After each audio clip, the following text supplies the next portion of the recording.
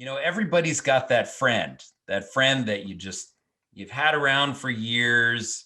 You need them to do certain things in your life, but they're just kind of annoying, right? They just irk you. The pancreas is that friend in the organ world. It's pretentious, but you need it for so many valuable functions. So today we're going to be talking about how to keep your pancreas happy and what happens when it becomes unhappy. You cannot supplement your way to health, but there are things that we need to add to our lives that can maximize our pathway to wellness. The American diet is virtually devoid of omega-3 fatty acids, which play a major role in cardiovascular disease, gut permeability, and mental health. Personally, I take omega-3s every night, and iHerb is the best place for clean, natural sources of supplements. I love the ZenWise omega-3 fatty acid supplement, which is free of fish burps and good for the environment. Head on over to maximalbeing.com/iHerb, that's IHERB, and enter the code B as in boy, D as in dog, B as in boy, 5528, and receive 10% off your orders for all supplements. Maximize your supplements with iHerb. And as always, I'm your host, Doc Mock. I'm a therapeutic endoscopist based here in Cleveland, Ohio. That's a GI doctor that specializes in fancy procedures related to the pancreas, bile ducts, and cancer. And I also do functional medicine as well as nutrition. And over in Philly is Jacky P. Hello, everyone. It is I, Jacky P, your favorite layman. I am here to make sure Doc Mock and Mr. Brad here stay on a non-professional PhD medical jargon level. I will be making sure that they're honest and can speak to us non-medical folk, and happy to be here again. And Brad? Hi, Brad Confer from Danville, Pennsylvania. So thanks to Doc Mock and Jacky for this invite. Excited to be here to talk about one of my favorite organs, the pancreas. So back to you, Doc Mock. So Dr. Confer, why don't you start by just telling us, where you're originally from and, what you like to do for fun. I know that you have a pretty athletic background, so I know the viewers would love to hear that about you. So I grew up in Lancaster, Pennsylvania. Went to high school there and stayed local. Went to Elizabethtown College for undergraduate. I played soccer in high school and ran track, and then played soccer in college as well before going to med school. Went to Erie, Pennsylvania for med school, and then to Cleveland, Ohio for residency and fellowship, and then back to Danville, Pennsylvania for a little closer to family for my real job, so to say, as an interventional gastroenterologist. So I do have a little background with sports and especially with track and soccer. I really kind of has a special place in my heart to work out and to be physically active. So what do you think, Schaefer? So I think he's bringing an amazing background with him, not only on the physician side, but also, with his interest in athletics. And no doubt about that, taking care of your body will subsequently take care of your pancreas. So for those of you that don't know what the pancreas is, it's this little organ. It kind of looks like a fish. It's located directly behind your stomach meaning, the organ, not the abdomen, which most people will refer to as their stomach. It's actually closer to your back than your front. And so as a result, people often feel pain related to it in the front or the back. It has really two main jobs. Number one is to digest your food. And number two is to control your blood sugar.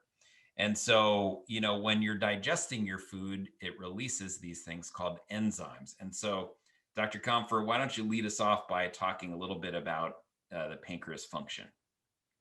So as Doc Mock said, really two major functions of the pancreas. One is to control our blood sugar, and it does this by secreting hormones. The first one, major one that probably everybody's heard of, is called insulin. And insulin is used to lower your blood sugar. But if the blood sugar goes too low, the body's natural response is it wants to raise the blood sugar. So the pancreas can also secrete another hormone called glucagon. And these guys kind of work together to raise and lower your blood sugar and keep it in kind of a safe area. The second major function of the pancreas is, I like how Dr.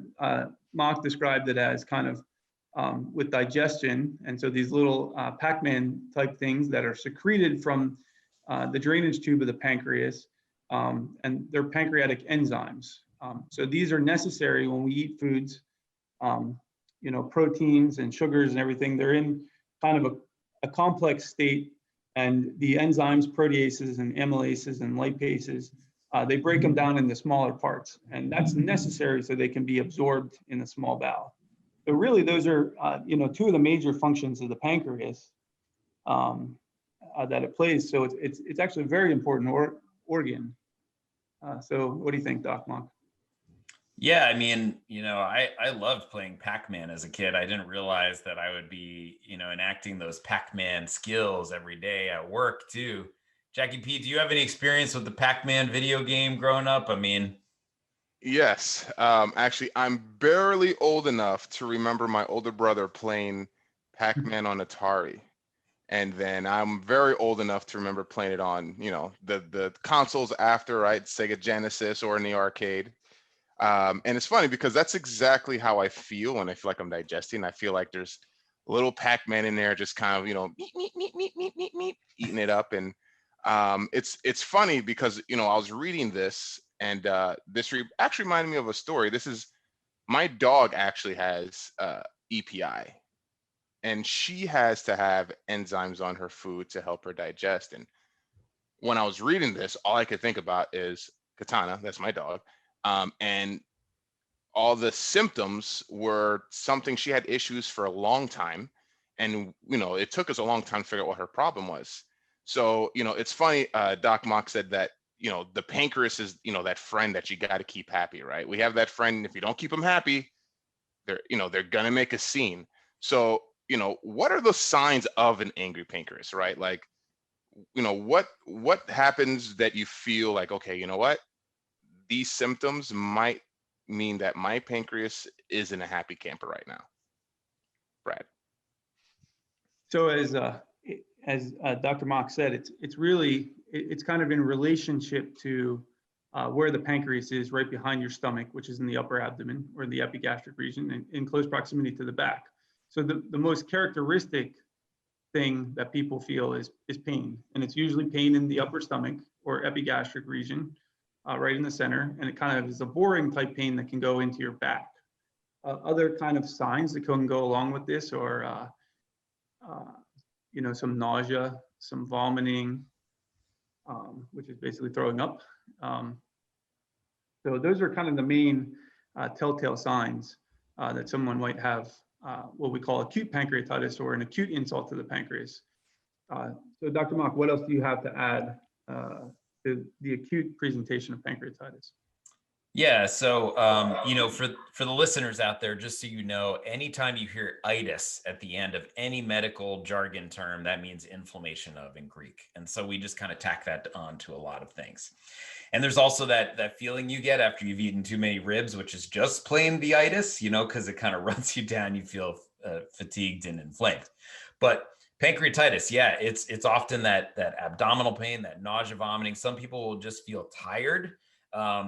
And then there are some people where their pancreatitis will get so bad that their pancreas will form this little wall or fort around the damaged portions. And that little wall or fort can block other things. So that can lead to further nausea and vomiting, or block the exit out of the stomach. Or it can block the bile tubes, which are located very close to the pancreas. But then there's the other concept of, what if you've had multiple attacks of this over time, like it sounds like Katana has. And so that's termed chronic pancreatitis, where you develop scar tissue in the pancreas. And so you mentioned EPI, Jacky.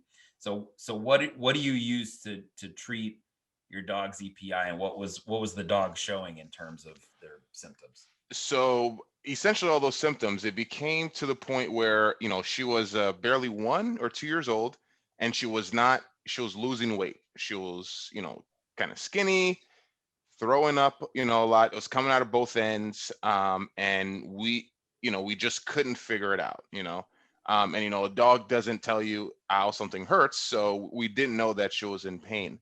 And one day she actually had a seizure from being so malnourished.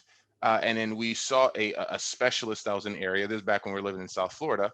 And that's when he diagnosed her with EPI. So, she's still on his prescription. And, it's this little powder of enzymes. So we put warm water on it, just let it sit on there for, 20 minutes. And essentially, that's what came to my head, the Pac-Man, right? The Pac-Man are on the food and just kind of helping break down that food a little bit for her before it gets to her gut. So then she can have an easier time absorbing and, getting the nutrients from the food. So yeah, it was definitely a scary situation. Dr. Confer, do you have anything so in humans, Jacky P hit on a huge point, which is weight loss. Why does weight loss occur when you've had chronic damage to the pancreas? Well, it basically has to do with malabsorption of these things. So as we said, the little Pac-Mans are there to break down foods into their smaller components. And when you're lacking those enzymes because of the chronic inflammation and chronic scar tissue that's built up, and you're not able to secrete enough of it, you're not going to be able to break these foods down, proteins and carbohydrates, into their kind of individual components. So it basically overwhelms the small bowel's ability to absorb it, and it kind of creates a diarrhea. And going along with diarrhea, because of the malabsorption, is that you can basically lose weight. So kind of a telltale sign of people that have a chronic inflammation or chronic pancreatitis is that they're going to have a weight loss, they're going to be malnourished, they're usually going to have some diarrhea. And then, as we talked about, as it progresses and you get worsening kind of chronic inflammation there, you can even develop diabetes, because we said the other major function is for the pancreas to control blood sugar. So as it's not secreting insulin, kind of in the end stage of that, you can also develop diabetes, which can also contribute to weight loss and other kind of long-standing changes related to diabetes. So anything else to add to that, Dr. Mock? Yeah, with the diarrhea, I always think about Clark Griswold in Christmas Vacation, where he's like so excited to go sledding, and he like takes that weird solution that he's made and puts it on the disc, and then he just like flies down at lightning speed. Well, if you don't break down fat in the diet, all these fats are just kind of hanging out in your intestinal tract. And so you've just Clark Griswolded your entire intestinal tract. Boom, that stuff, that food is just going to race its way down into your colon and then exit. Now, hopefully no fire on the way out, but it depends on what you ate, I guess. But yeah, so when you have chronic pancreatitis, not only do you have chronic pain issues, weight loss, but you get this brittle diabetes, right? Because both the cells in your pancreas that bring your glucose or your blood sugar up and down are damaged. And so your body's going to have a hard time counter-regulating. So we give pancreas enzymes as a treatment. There's medical grade pancreas enzymes, and there are like more of a holistic brand too. In my clinical practice, I run into all kinds of problems getting people to be able to afford these pancreas enzymes. Do you feel the same, Brad? I do. Yeah, they're very expensive, and it's a big issue to get coverage for them. So do you have any experience using some of the holistic ones? Yeah, so there's a company that we partner with, Emerson Ecologics, and they vet all of their companies. They're like really well done products. They make sure that they're vetted and with clean ingredients. And so, there are a few patients in my clinical practice. I don't make any money off of those products, but I just believe in them and end up giving it to them if they can't get their enzymes approved by their insurance company. It's just an amazing battle. The next thing to talk about, Jacky P, what are some of the ways that you think that we can piss off our pancreas? I mean, we all have that friend, right? So like, what are some ways that we piss off our friends, That's a great question, Doc Mock. I actually wrote a medical paper that was published not too long ago on these issues. Just kidding, I did not. I read about it though before this call. Actually, the first thing, right? You did mention fats, right? So there's, as we've spoken before in this podcast, there's a difference between good fat and bad fat. And bad fat is a culprit, as usual, to a lot of things, and one of them is being one of the uh, problems with pancreas, right? Your pancreas does not like bad fats, and that can lead to issues with digesting and breaking down food, and creating that that slide that we talked about earlier when it comes into your colon. Another is red meats, right? I did see that red meats, depending on the saturated, if they're high in saturated fats, that can also cause a problem. I feel like I'm being tested here. Is it? A plus. Fried foods, right? Full fat dairy. But actually, I did have one question because I saw that and it made me think and wonder, but I saw that on the list, one of the foods that aggravated was organ meat. And I'm not a big fan of organ meat. I don't eat liver or anything like that. But I thought it was very interesting that organ meat is something that would give an issue to one of your organs.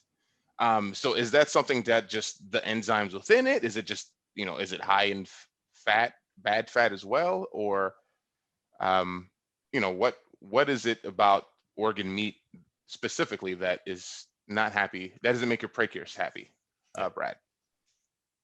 So I'm not sure 100%. So, you have any thoughts on that, Dr. Mott?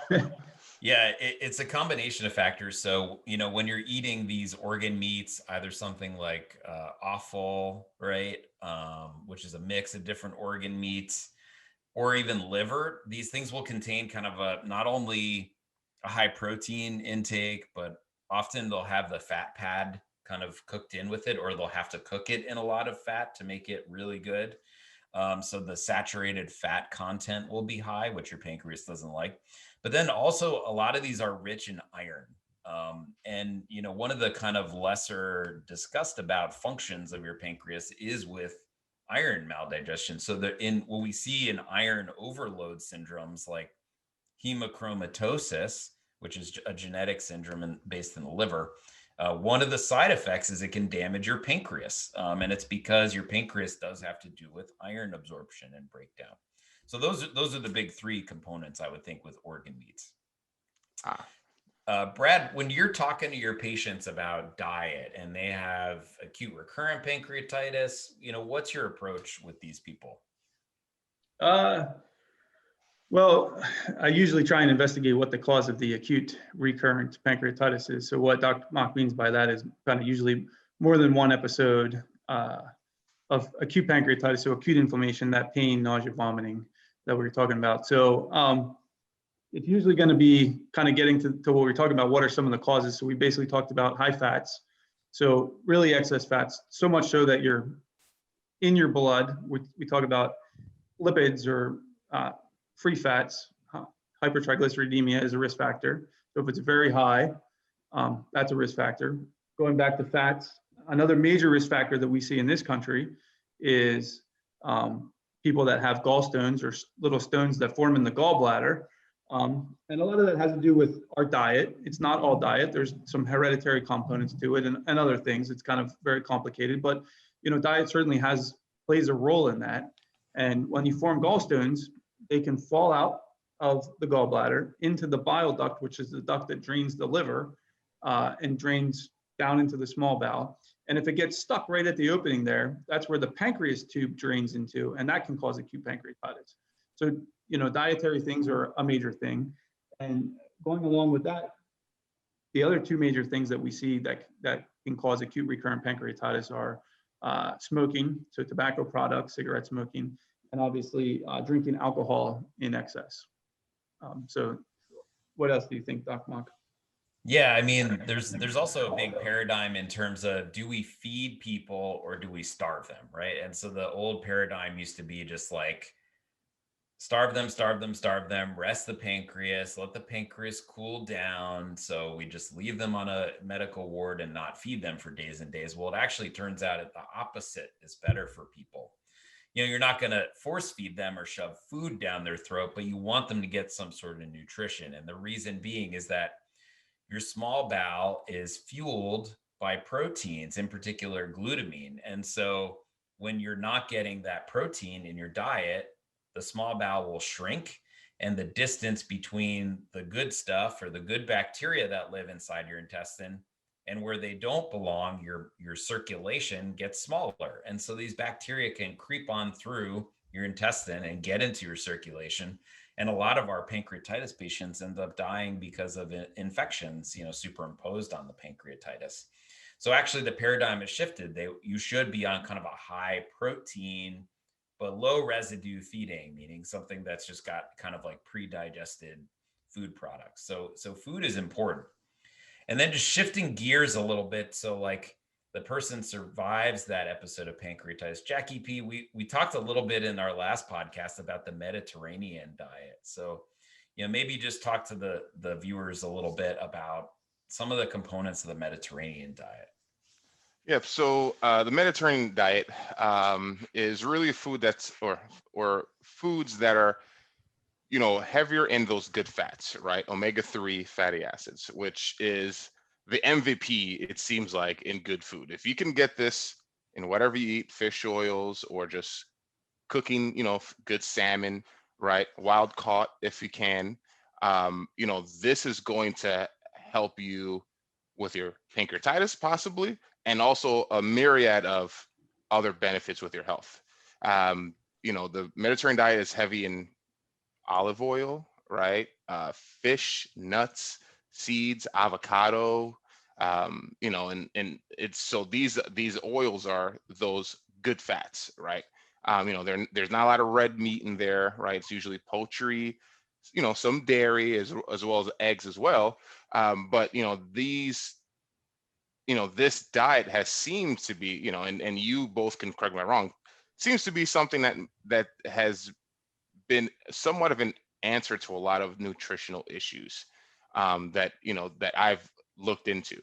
They have a little bit of red wine, not too much, right? In small portions, but these foods are helping us build a good gut, build a good environment, right? Not having that leaky gut, right, where those holes in your stomach lining where there's bad things getting and making you feel terrible. So, if you can stick to a Mediterranean, informed diet, you don't have to stick to a strict guidelines, but those foods that are heavy in good fats seem to be helping with a lot of issues, to be honest.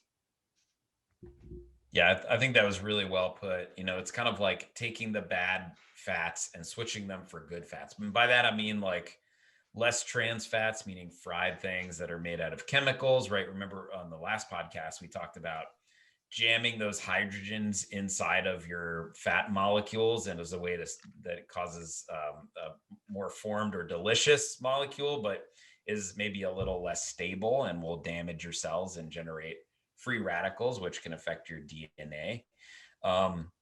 And changing those for monounsaturated fats from vegetables and polyunsaturated fats that come from, things like fish. And then also heavy in veggies, so Jacky P will tell you, I'm all about the veggies, like half your plate veggies, lunch and dinner. You're getting all kinds of good micronutrients, which are so vital for so many processes. So, when I'm transitioning off, I tell patients, like, I recommend this Mediterranean diet. We go through a lot of the principles, and then I'll say each day you have 100 fat dollars.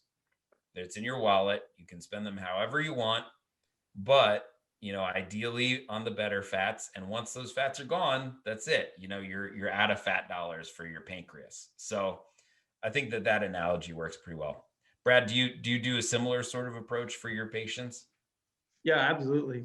Tell them, I think the Mediterranean diet, there's good data, and so it's something that I encourage patients, especially after they've had an episode of acute pancreatitis, telling them, looking into was it the gallbladder and getting that out. If it was that, cutting back on or stopping smoking, cutting back on alcohol, and then, healthy Mediterranean style diet where, you're really getting those omega-3 fatty acids and polyunsaturated, fats is the way to go with, with the vegetables and everything. So yeah, I totally agree. Yeah. And I mean, Jacky P also alluded to, the MVP, he called it, which I love, is omega-3s. Like, if there's not another reason to take omega-3s, like the pancreas is yet another reason. And I mean, our diet is just devoid of omega-3s, right? Unless you're getting wild caught salmon and eating that most days of the week, you're eating krill or seaweed, you're just not getting enough omega-3s. And I don't know, somebody may argue, well, I eat nuts. Well, actually, the omega-6 to omega-3 fat ratio is super high for most nuts, even good nuts like pistachios, walnuts, those sorts of things. So you're still not getting a good omega-3 fatty acid intake. So I take 4 grams every single night. It helps me with recovery. It's good for your heart, and it's good for your pancreas. Jacky P, you're a new adventurer into the omega-3 fatty acid world. What's been your experience thus far?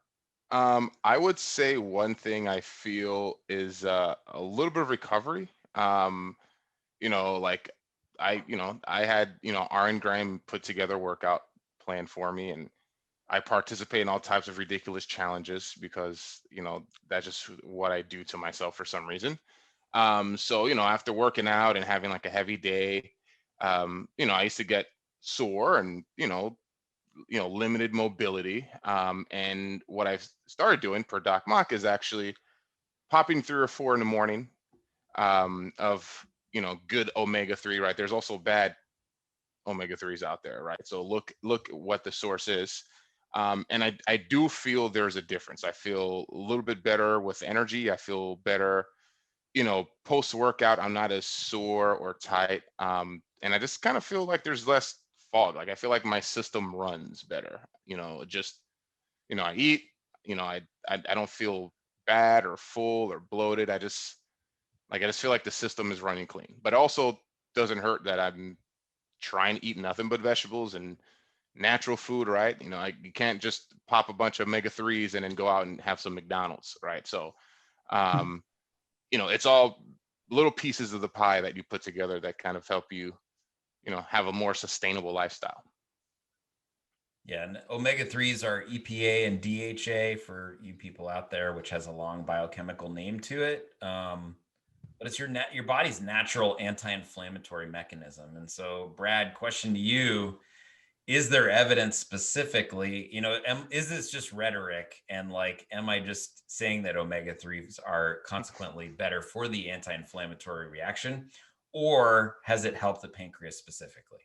There's good evidence for multiple things with omega-3, heart, brain, definitely the pancreas. So it's something that, like we said, I encourage my patients to do. I personally, it sounds like the other guys do as well. I personally take them, as well as try to eat fish about twice a week. So yeah, I think there's definitely very good evidence for it, especially for the pancreas. So. And what do you guys think? Like, can you get those omega-3s with the average American fish product, or does it have to be, like wild caught? Does wild caught versus farm raised make a difference, and why? Yeah, I pay the extra money to go with the wild caught over the farm raised. I think that it's significantly higher amount of good omega-3s in the wild caught versus the farm raised. Yeah, and it all comes down to, Jacky P, what do you think those fish that are farm raised are eating? What is all of them? For me, it's like, okay, if a fish is farm raised, right, they're in a tank, who knows how many, I don't know what they're feeding them. This is just from I guess a higher philosophical thing. If I can eat something that was caught wild and then put on my plate, I feel like there's just less extra stuff in there, right? There's less antibiotics, there's less medicine, there's real food, right? If a salmon was swimming upstream and they caught it and he put it on my plate, I'm like, okay, this is from the source. So whatever's in the salmon is probably the best quality you can get. So yeah, I same thing like you, Brad. I pay the extra money, you know, I get the wild caught, but you know, I definitely feel better doing that as well. And same thing, right? Organic, grass fed, you know, I try to stick away from farm raised meats and protein. Yeah, I mean, most of the farm raised meats are eating what all of America is eating, Yeah. and therefore you're eating it, which is corn Yeah. or wheat, you know? And so a lot of these compounds are pro-inflammatory in the gut. They cause that leaky gut. They wiggle their way through your gut's lining. And having a pro-inflammatory state in an environment that's already super pro-inflammatory, right, with pancreatitis is just bad news bears. One other thing just to touch on, you know, before we go to a commercial break, Dr. Confer, is, you know, so when you're approaching somebody with pancreatitis, you know, in our practices, we see the worst possible thing that can occur after pancreatitis for long term. And do you want to tell the listeners what the worst thing that can occur is? I think of it as twofold, really. So we talked already about the kind of weight loss and eventual diabetes. Certainly, a majority of people that have chronic inflammation, chronic pancreatitis, have pain, and it's very debilitating. But it's certainly long-standing chronic pancreatitis is a major risk factor, especially if you smoke or have other certain hereditary reasons for it. It is a major risk factor for developing pancreas cancer, which is certainly you know, something that's is very serious. So anything else, Doc Mock? Pancreatitis is one of those things that just kind of creeps up. We don't have great screening tests for it. And often, you know, people will come with very vague symptoms, or, you know, when it's way too late. And, you know, I think if you have any symptom that is bothering you, especially if you're somebody that drinks or smokes a lot of the time or has had pancreatitis, just see your doctor and get evaluated, because we've all seen it where people just leave things too long, especially with COVID. You know, there's just been so many people that have been sitting at home too long. You know, and remember the way that the pancreas is formed and built, right? Even back pain I've seen come in as pancreatic cancer. So just see your doctors, people. So with that said, we're going to go to a brief commercial break. We're going to come back, and Jacky P is going to ask some questions to our special guest. So we'll be right back. What's going on, Maximal Beings? It's Doc Mock here. Many of you are returning to the gym now, but some are not going back. Regardless of what you plan, Rogue has got the right gear to fit your needs. I personally own a barbell set and love it. The Black Ops shorts are sweat resistant and flexible for getting deep in your squats. Head on over to maximalbeing.com/rogue for our referral link. Order 3 items and they ship for free. And as usual, it's Doc Mock, and I'm here to maximize your pathway to wellness. If you're stuck at home and cannot make it to the grocery store, delivery may be the best way to stay clean and healthy. Instacart is the national leader in the direct-to-home delivery service. With numerous major chains and food from smaller stores, you can get those local veggies sent directly to your doorstep. Head on over to maximalbeing.com/Instacart and maximize your nutrition today. All right, and we're back with Jacky P in Philly and Brad Confer, Dr. Brad Confer, who is a therapeutic endoscopist. So Jacky P, take it away. All right, Dr. Brad Confer, I've got a couple questions for you here. So the first is, you know, what is your favorite exercise? If you had limited time, you wanted something else, high impact, gets the job done, gives you good sweat, what would you say is your go-to exercise? So in the middle of winter, something inside, I usually like plyometrics, a box, maybe a ladder, you know, fitness ladder type of thing. I'll do some plyometrics. If I can go outside, I go back to my soccer days. I do this beep test. It can be very good for the beginning people. You're basically running, you know, essentially 20 yards. You're trying to get with the beep every like 4 to 5, it goes a little bit faster so that you're almost at a full sprint at the end. Great conditioning exercise. If you have 20 minutes, you can really just bang it out in 20 minutes. It's great to measure your progression. So even if you're not fit and you wanna you know, build some fitness, it's a way that you can start and be like, hey, I made it to level 2-5, and progress from there. The next time you do it, try and get to level 3 and just keep going. So that's it. And then as far as, if I have a little bit more time and I'm trying to do a leg workout, I think the two kings of exercise for me are going to be squat and a power clean and jerk. But I probably gave you more information than you really need. But if I'm stuck inside, it's some plyometrics. If I can get outside and do some cardio type thing, it's the beep test. Beep test. Yeah. That's interesting. You can find it online. Yeah, no, I've honestly, so a little bit about me. I had never done any form of soccer. I'm not a big runner. I'm trying to become a runner. I cycle more, but the beep test sounds like something I could wrap my head around. Something sprinting, short bursts of energy. Yep. I like the sound of that. Can be done in 20 minutes. It's great. It's a great way to build some cardiovascular. Yep. That's also great. Okay. And, you being in the medical field, I'm sure you've come across a lot of, interesting, philosophies about diet. The internet is out there and telling people all types of crazy things. So what would you say is the craziest diet you've ever heard of or tried? Maybe in your soccer days, you tried something crazy. There's I don't want to talk bad on any diet. There's multiple different diets out there, paleo, different types of keto type diets. I personally haven't really tried too many, but what we subscribe to, what we use in our own family really is more of a Mediterranean type diet. It's a modified one because we don't, not eat meat, but again, as we said, try to do grass-fed beef, try and limit it. We do try and do fish, about 2 nights a week with that. You can go back, Doc Mock, when he was training with me, I still take a lot of harassment from our endo staff because I eat my carrots every day for lunch as one of my things that I'd eat. So a lot of fruits and vegetables. So for me and my family, it's really a kind of a modified Mediterranean diet. It's a diet that we really subscribe to, that we really try and use. Imagine that, a doctor that practices what he preaches. Oh Wow. my goodness. And for the listeners out there, if you have pancreas problems, do not do a keto diet. Please, for the love of God, stay away from the keto diet. Okay. Yeah. Okay. So I mean, I can say that, I would say the keto, I haven't personally done it, but I don't really truly advise it, especially for people with chronic pancreas issues. Right. Have you ever had a patient that came in and said, hey, you know what? I'm following, diet XYZ, and, it wasn't the paleo or the keto. It was just something that was just, like, where did you hear this, or did you make this up? Have you ever had anything just kind of off the wall, left field? There's been some definitely, kind of crazy diets that are out there. I've heard of most things by now, but there's been some definitely kind of crazy ones that we've had to go search for. They've had to explain it to us, but yeah, we see everything. Doc Mock can tell you that, there's some interesting people out there.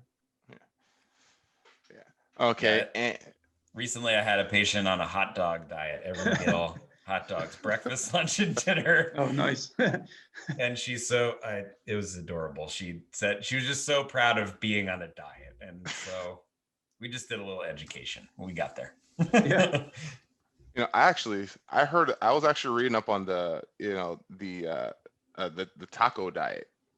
Apparently, I didn't read too much into it, but apparently if you have a good tortilla and it's like good meat and a little bit of cheese and lettuce, you can get away with, having your macros balanced and having tacos every night.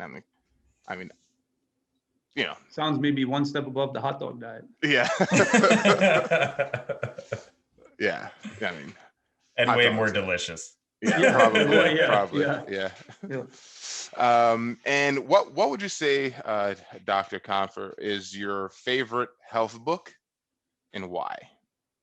Oh, that's a good question. I don't want to come out and endorse any specific health books, but I'm trying to remember back when I was in college, I read a very interesting book that kind of was more for the layperson on the physiology of kind of how everything worked. And it kind of went through and was like explaining, when you're working out, how to really boost your cardio, how to really, the healthy foods to eat, how the body breaks them down, how they kind of metabolize things from those complex like proteins down into their basic amino acid form, how they there's even a chapter on kind of brain health and choline and different things like this. So I don't actually remember the name of the book, but it was a really good book. I don't think you had to necessarily be a totally medical person to understand it, but it really did a good job of breaking things down more for the layperson, and went into what I wanted more of the physiology of kind of how things work.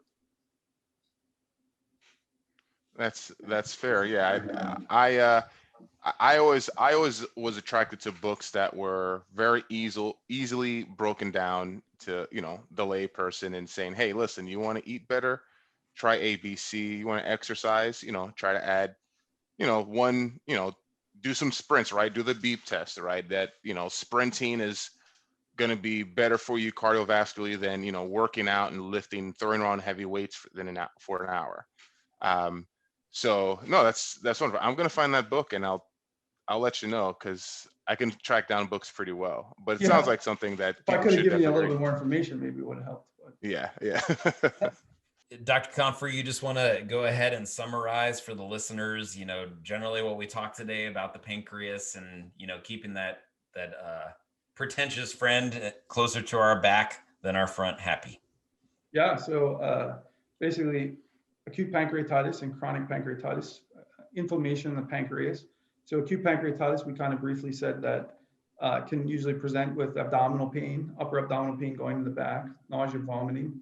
Major causes of this are from alcohol, cigarette smoking, or from gallstones. Usually, as we said, kind of we rest the pancreas, usually with getting intravenous fluids. And when people start to feel hungry, we say, start to eat kind of a low-fat diet, healthy diet, Mediterranean type diet that's healthy in, omega-3 fatty acids. And then people that might have had multiple insults to the pancreas over time can develop chronic pancreatitis, which is a scarring of the pancreas. And that can be very morbid, because it can lead to, kind of a chronic pain, as well as weight loss, pancreatic insufficiency, which can kind of present with diarrhea. Or end stages of that can be, the development of diabetes, because of the role the pancreas plays in controlling your blood sugar. And finally, as we said, one very scary thing associated with chronic pancreatitis is pancreatic cancer. So, this very pretentious organ is, you got to treat it well. So eat right, exercise, limit alcohol to moderation, and try not to smoke cigarettes. So anything else to add, Doc Monk? No, I think that was really well put. It's always great to chat with you both. I have learned so much from both Jacky P as well as Brad Confer over the years. And I learn something new every day from, our community that we have out there at Maximal Being. If you have any questions, if you want to talk to any of us or our guests, feel free to DM us online. We're on Twitter at Maximal Being. We're on Facebook. You can message me at Doc Mock or Maximal Being, and we're on Instagram at Maximal_Being. Check us out, give us a thumbs up, subscribe. And if you want a custom fitness, nutrition, or gut health plan, please don't hesitate to reach out. And as always, I'm Doc Mock here with Jacky P and Dr. Brad Confer, and we are here to maximize your pathway to wellness. What's going on, Maximal Beings? Doc Mock here. If you haven't done so already, leave us a comment and hit the subscribe button. Let your friends and family know. That way we can get the word out and continue to bash the bro science.